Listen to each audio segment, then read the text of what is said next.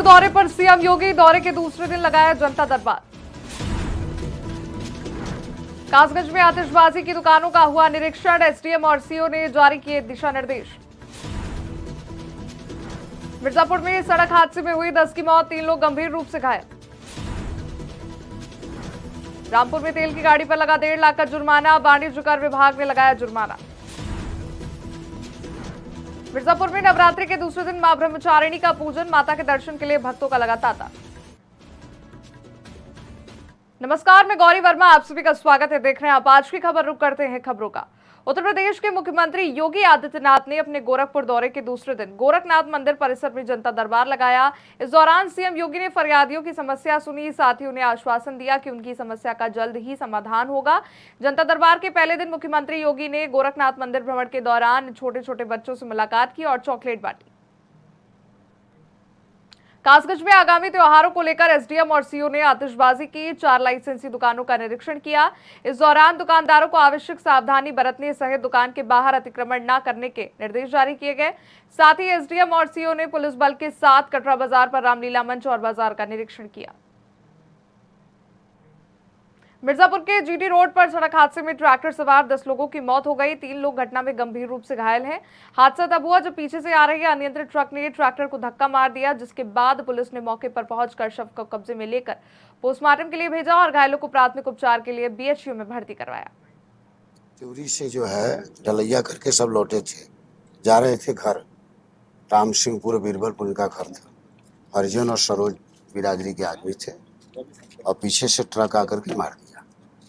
सब चले गए नाले में, जिसमें 10 आदमी मर गए, 3 गए हैं ट्रामा सेंटर बीएचयू। एक का तो ठीक है, 2 का भी नहीं ठीक है। काम त्यूरी में कर रहे थे और आएंगे। आज रात्रि लगभग 1 बजे के आसपास हम लोगों को सूचना मिली कि मिर्जा मुराद कछवा बॉर्डर पर जीटी रोड पे एक एक्सीडेंट हुआ है, जिसमें कि एक ट्रैक्टर जिसमें 13 लोग सवार थे, जो कि जनपद भदोही से जा रहा था और बनारस की तरफ जा रहा था, उसको पीछे से एक ट्रक ने टक्कर मारी है, जो कि अनियंत्रित हो चुका था। तत्काल इस सूचना पे हम सभी लोग वहाँ मौके पे पहुँचे और वहाँ पर जो भी बचाव का कार्य शुरू किया गया। उन 13 लोगों में से 10 लोगों की मृत्यु हो गई और 3 जो घायल हुए उनको तत्काल इलाज के लिए बीएचयू भिजवा दिया गया है। ये सभी 13 लोग जनपद और भदोही में काम करते थे लेबर का, और आज रात्रि में ढलाई का काम करके वापस अपने गांव, जो कि मिर्जा मुराद में पड़ता है बनारस में, वहाँ लौट रहे थे। और ये सभी लोग वहीं मिर्जा मुराद के रहने वाले हैं। आज ये रामपुर में वाणिज्य कर विभाग ने तेल की गाड़ी पर लगभग 1.5 लाख रुपए का जुर्माना लगाया। बता दें, रामलीला की दुकानों के बाहर एक गाड़ी में तेल उतर रहा था। इसकी सूचना वाणिज्य कर विभाग के अधिकारी के पास पहुंची। उन्होंने गाड़ी के डॉक्यूमेंट देखने की बात कही। गाड़ी मालिक ने ना तो संतोषजनक जवाब दिया, ना ही डॉक्यूमेंट दिखाया। इसके बाद कर विभाग अधिकारी ने वाहन को कब्जे में कर लिया। लगभग 1.5 लाख रुपए का जुर्माना लगाया गया है। हालांकि उद्योग व्यापार प्रतिनिधि मंडल के राष्ट्रीय अध्यक्ष ने कई दर्जन व्यापारियों के साथ वाणिज्य विभाग के अधिकारियों के खिलाफ विरोध प्रदर्शन किया। ये वाणिज्य कर विभाग पर हम आए हैं अपनी बात कहने, और इस बात का जुल्म जाती उत्पीड़न रुकवाने के लिए। हमारी एक व्यापारिक फर्म है मयूर ट्रेडिंग, उस पर 1.5 लाख रुपए का जुल्म जाती लगा दी गई है। जिस प्रकार से जुल्म जाती की गई है बिल्कुल गलत है। हमारा ये कहना है कि जुल्म जाती रुकनी चाहिए।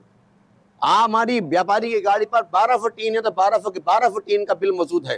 ये 12 फुट टीन का बिल मौजूद, ई बिल मौजूद, सारी विधिक प्रक्रियाएं मौजूद, इसके बावजूद व्यापारी पर 1.5 लाख की पेनल्टी डालकर और पूरी गाड़ी को सीजर किया जा रही है, पूरी गाड़ी पर टैक्स वसूला जा रहा है।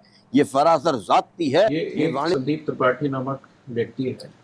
ये ठग और जालसाज प्रवृत्ति का व्यक्ति है।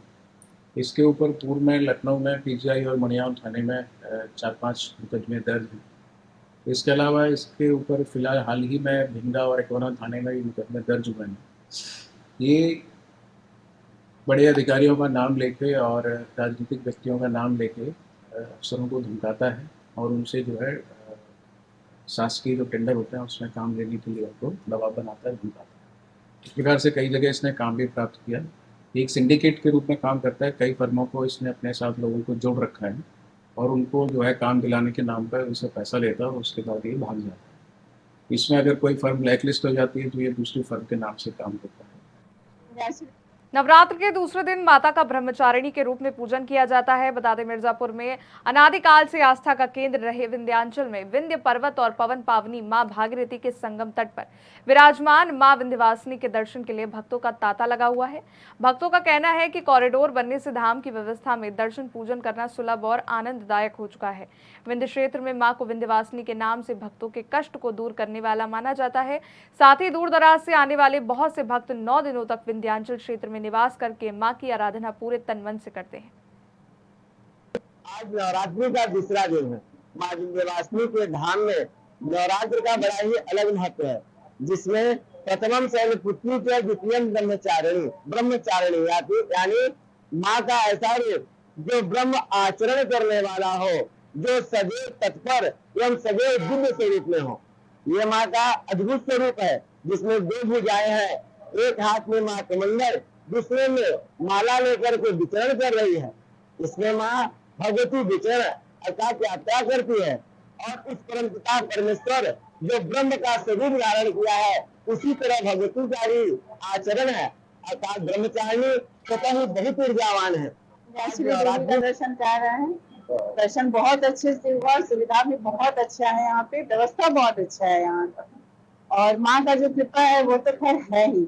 नहीं, इससे पहले भी बहुत बार आ चुके हैं, बचपन में भी आए हुए हैं और अभी भी आए हुए हैं। बहुत, ये तो माँ का ही कृपा है जो इतना सारा चेंजेस हुआ है उन्हीं के। देवरिया के बिश्रौली कोयलार में श्री संत चंडी महायज्ञ और दुर्गा हनुमंत प्राण प्रतिष्ठा का भव्य शुभारंभ हुआ, जहां नवरात्र के पहले दिन कलश स्थापना की गई। साथ ही शाम के बरसानी वृंदावन के पंडित द्वारा श्रीमद् भागवत कथा का भी आयोजन किया गया, जिसके बाद क्षेत्र की तमाम महिलाएं पुरुषों ने हाथ में कलश लेकर साथ में जल भरने के लिए निकले। इस दौरान भक्तों ने कहा कि उनके लिए बड़े सौभाग्य की बात है इस भव्य कार्यक्रम का आयोजन हुआ। फिरोजाबाद में पुलिस काफी दिनों से 2 शातिर लुटेरों की तलाश कर रही थी। वहीं लुटेरे जब अन्य किसी लूट की घटना को अंजाम देने की फिराक में थे, पुलिस ने घेराबंदी कर दोनों बदमाशों को मुठभेड़ के दौरान गिरफ्तार कर लिया। साथ ही पुलिस ने पकड़े गए बदमाशों से पास में अवैध इस्लाहा समेत लूट की नकदी और बाइक बरामद की है। हालांकि मुठभेड़ के दौरान दोनों बदमाशों के पैर पर गोली लग गई, जिसके बाद उन्हें अस्पताल में भर्ती कराया गया। इस्लामाबाद में जो हमारा मैनपुरी आराव रोड है, इस पर पुलिस की बदमाशों से मुठभेड़ हुई है। पुलिस हमारी पार्टी वहाँ गश्त पर थी और ये संदेह व्यक्ति वहाँ पर दिखाई पड़े, पुलिस के द्वारा इनको रोका गया। इनके द्वारा पुलिस पार्टी को फायर किया गया। जवाबी फायरिंग में इसमें से 2 व्यक्ति मौके पर इंजर्ड हुए हैं, उनको यहाँ जिला अस्पताल में लाया गया, उनका उपचार चल रहा है। पूछताछ में इन लोगों ने बताया कि इन्होंने यहाँ पर 2 घटनाएं, एक घटना 30/8 को हुई थी और दूसरी अभी हाल में ही 28 तारीख को घटना हुई थी। पहली घटना में इन्होंने एक 4000 रुपये और एक चेन होती थी, और अभी दोबारा में इन्होंने एक जो ग्राहक सेवा जनसेवा केंद्र होता है उसके जो अंदर हैं वो अपने घर आ रहे थे, उससे इन्होंने उसका थैला छीना था, जिसमें एक टिफिन के अंदर लगभग 50,000 रुपये थे। इस संबंध में ही थाना शिकाबाद पर दोनों अभियोग पर निकल हुए थे। ये कानपुर देहात की गुजरी नहर में पुल के पास 65 साल के बुजुर्ग का शव मिला है, जिसके बाद मौके पर पहुंची पुलिस सहित अपर पुलिस अधीक्षक ने मामले का जायजा लिया। वहीं मृतक को नहर से बाहर निकलवा कर पोस्टमार्टम के लिए भेजा। साथ ही फील्ड यूनिट की टीम ने घटनास्थल का निरीक्षण किया। बता दें, पुलिस की जांच पड़ताल पर यह मालूम हुआ है कि गाँव के 2 लोगों से विवाद पर बुजुर्ग ने यह कदम उठाया। हालांकि मृतक के परिजन द्वारा अभी तक उपरोक्त घटना के संबंध में कोई तहरीर नहीं दी गई। ये थाना रूरा कानपुर देहात में एक गेंदा मऊ पुल पड़ता है, जो जहाँ से एक बड़ी नहर गुजरती है। वहीं पर प्रेम शंकर, जिनकी उम्र लगभग 65 वर्ष है, जो गदनपुर के रहने वाले हैं, इनका गेंदा मऊ के 2 लोगों से कुछ विवाद हुआ और कहा सुनी के दौरान ही ये नहर में किस अवस्था में डूब गए अभी बहुत क्लियर नहीं है, और बाद में इनको वही नहर से रिकवर किया गया है। इन 2 लोगों को जो प्रथम दृष्टया लोगों द्वारा पूछताछ से कहा गया है, जिनसे विवाद होने के बाद इनको पुलिस हिरासत में ले लिया गया है जिनसे गहन पूछताछ की जा रही है। मथुरा में राम बारात के मौके पर कच्ची सड़क पर हादसा हुआ। बता दें कि अस्थायी ट्रांसफार्मर में करंट आने से 2 युवक झुलस गए, जिन्हें अस्पताल में भर्ती कराकर बाल बाल उनकी जान बचाई गई। वहीं स्थानीय लोगों ने बिजली विभाग की सूचना दी, लेकिन कोई भी विद्युत कर्मी मौके पर नहीं पहुंचा। हालांकि जैसे तैसे लोगों ने दोनों युवकों को बचाया, लेकिन उससे पहले दोनों युवक बुरी तरह झुलस गए। ये कच्ची सड़क का मामला था, जो भी था। कुछ नहीं, मैंने सामान लिया था अंकल जी की दुकान से, वहाँ से सामान लेके निकला ही था। मैंने हाथ तो उस पे रखा, मैंने समझा कि कोई डीसीएम वगैरह खड़ी हुई है, तो उस पे हाथ रख दिया मैंने। तो उसके बाद में मुझे नहीं पता फिर क्या हुआ।